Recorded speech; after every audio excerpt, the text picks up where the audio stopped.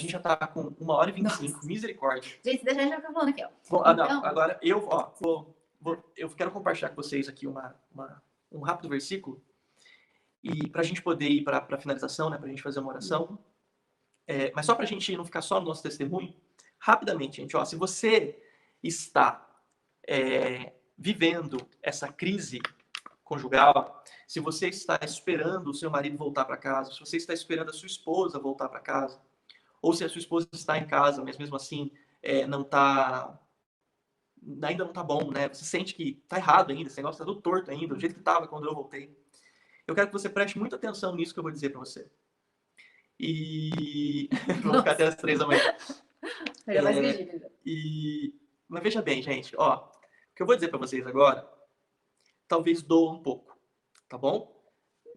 Mas entendam, às vezes é através da dor que nós aprendemos, é através da dor que nós somos ministrados, né? O povo só conseguiu entrar em Canaã porque foi preparado 40 anos no deserto.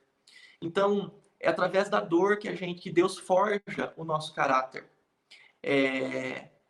Então é por isso que, poxa, eu poderia vir aqui agora e olhar para vocês e falar assim, olha, Deus é um Deus que cura, Deus é um Deus que faz, e Deus cura, e Deus faz, Ele vai fazer, nós acreditamos nisso assim como Ele fez na nossa vida, em nome de Jesus.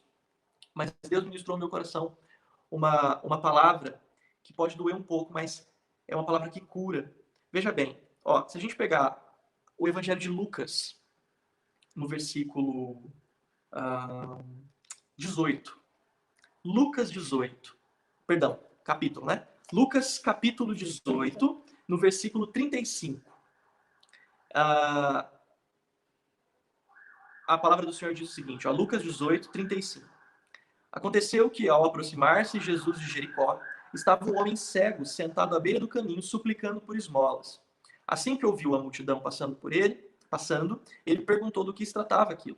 E informaram-lhe, é Jesus de Nazaré que vem passando. Então o cego se pôs a exclamar, Jesus, filho de Davi, tem misericórdia de mim. Os que caminhavam à frente o repreenderam para que se calasse. Entretanto, o homem gritava cada vez mais alto, Filho de Davi, tem misericórdia de mim. Foi então que Jesus parou e ordenou que aquele homem fosse trazido à sua presença. E tendo ele chegado bem próximo, Jesus perguntou-lhe, que queres que eu te faça? Ao que lhe respondeu o homem, Senhor, eu quero voltar a enxergar. Então Jesus lhe determinou, recupera a visão, a tua fé te curou. Naquele mesmo instante, o homem recuperou a capacidade de ver e passou a seguir a Jesus, glorificando a Deus. Quando toda a multidão observou o que aconteceu, da mesma forma, rendia louvores ao Senhor. Agora veja bem, nós estamos terminando aqui o versículo 18, onde Jesus acaba de curar um cego. E Jesus está no caminho para Jericó. E a multidão está seguindo Jesus. E aí Jesus chega em Jericó. E aí quando termina o 18, a gente já entra no 19. E daí no 19 começa assim, ó. Chegando a Jericó, ou seja, aquela multidão toda que viu a cura do cego está vindo atrás. Chegando a Jericó, atravessava Jesus a cidade. Eis que um homem rico, chamado Zaqueu, chefe dos publicanos, buscava ver quem era Jesus. Todavia, sendo ele de pequena estatura, não conseguia devido à afluência do povo.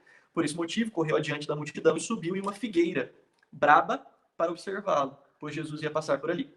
Quando Jesus chegou àquele local, olhou para cima e o chamou. Zaqueu, desce depressa, pois preciso ficar hoje em tua casa. No mesmo momento, desceu Zaqueu, apressado, e o recebeu com enorme alegria. Todos em meio à multidão que presenciaram o que se passou, começaram a murmurar. Nós chegamos nessa leitura até aqui para que você entenda isso. Presta atenção. No versículo 6, capítulo 19. 7, aliás. Todos em meio à multidão que presenciaram o que se passou começaram a murmurar. Ele entrou na casa daquele pecador e vai hospedar-se lá. Veja bem, Jesus curou o cego, a multidão louvou, a multidão bradou, a multidão fez um auê. Cara, olha que legal, Jesus acabou de curar um cego. Jesus continua andando com aquela multidão atrás dele. Ele entra em Jericó e ele vê Zaqueu. E Zaqueu está lá em cima da árvore. Ele manda Zaqueu descer e ele fala que ele vai entrar na casa de Zaqueu, né? Que ele vai comer com Zaqueu. O que a multidão faz? A mesma multidão. A multidão olha e fala assim, eu não acredito que Jesus vai comer na casa de Zaqueu.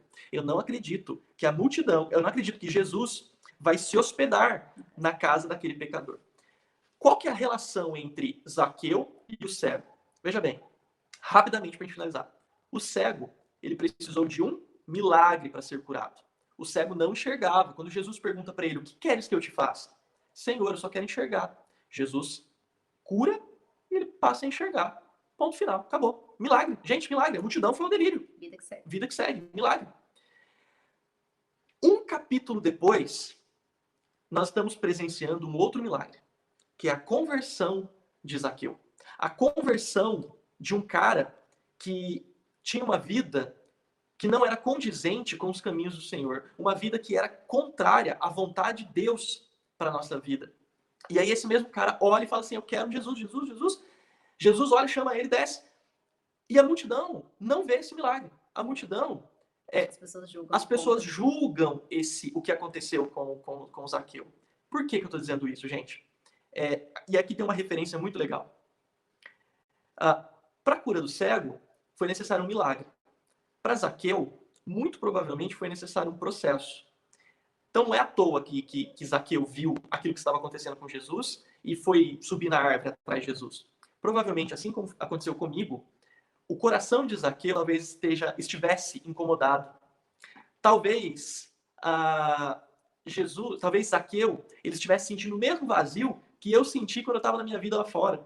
Poxa, mas minha vida não tá legal, minha vida, eu achei que fosse mais legal do que isso, mas não é. Tô sentindo vazio, tô sentindo tristeza. E esse processo começou a acontecer na vida de Zaqueu, até que culminou em quando ele cruzou o caminho de Jesus.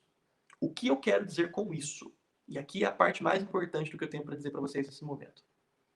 Talvez você quer um milagre, que é o milagre da restauração do seu casamento, mas Deus quer fazer você passar pelo processo.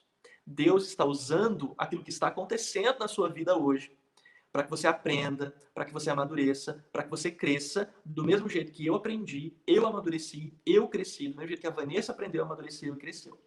Não, Deus não é uma pessoa que quer ver você sofrer.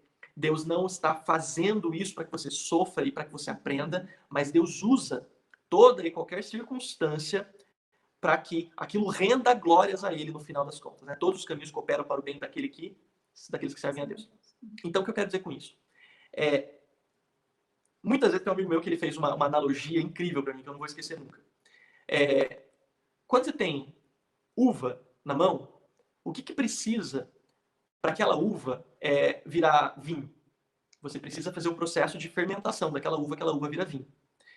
Agora, se você tem água nas mãos e você está numa festa de casamento lá em Canaã, e você quer vinho, e você tem água, e aí o que você quer? O que você precisa para que aquela água vire vinho?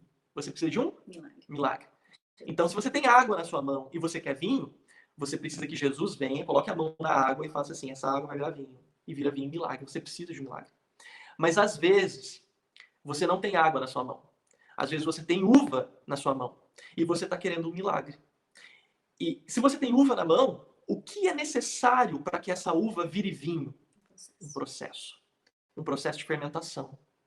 Então, talvez o milagre da restauração que você tanto quer, na verdade, não é nem tão complexo quanto um milagre, mas é mais um processo que talvez você precisa passar, seu marido precisa passar, para que você chegue no ponto onde você precisa chegar, que é o ponto que eu cheguei, que é o ponto que a Vanessa chegou.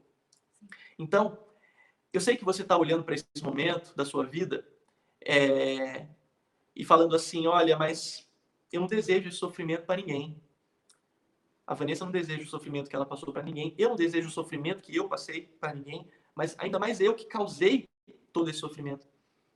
Mas apesar de saber de que nós não... que é um sofrimento muito grande, mas tenta olhar para isso que você está vivendo não como o pior momento da sua vida, mas como um momento, o processo de maior aprendizado da sua vida. O processo que vai fazer você sair disso muito mais maduro, muito mais preparado para qualquer tipo de dificuldade que você for ter na sua vida. Então, olha para isso como um processo. Tem um pregador famoso que ele fala muito isso. Eu não vou falar o nome dele porque eu não gosto muito dele. Mas ele fala muito isso. Né? Ele fala assim, não fuja do processo. Então, por exemplo, durante o meu processo, foi o momento que eu mais tinha um momento com Deus. Eu até falo, nossa, que saudade daquele momento.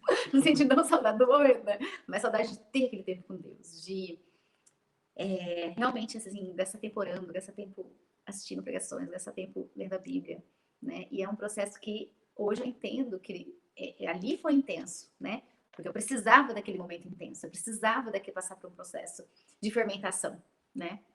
E por isso que foi muito importante as escolhas que eu fiz ali naquele momento. Por isso que é muito importante as escolhas que você tem, as opções que você tem hoje e quais as escolhas que você vai fazer.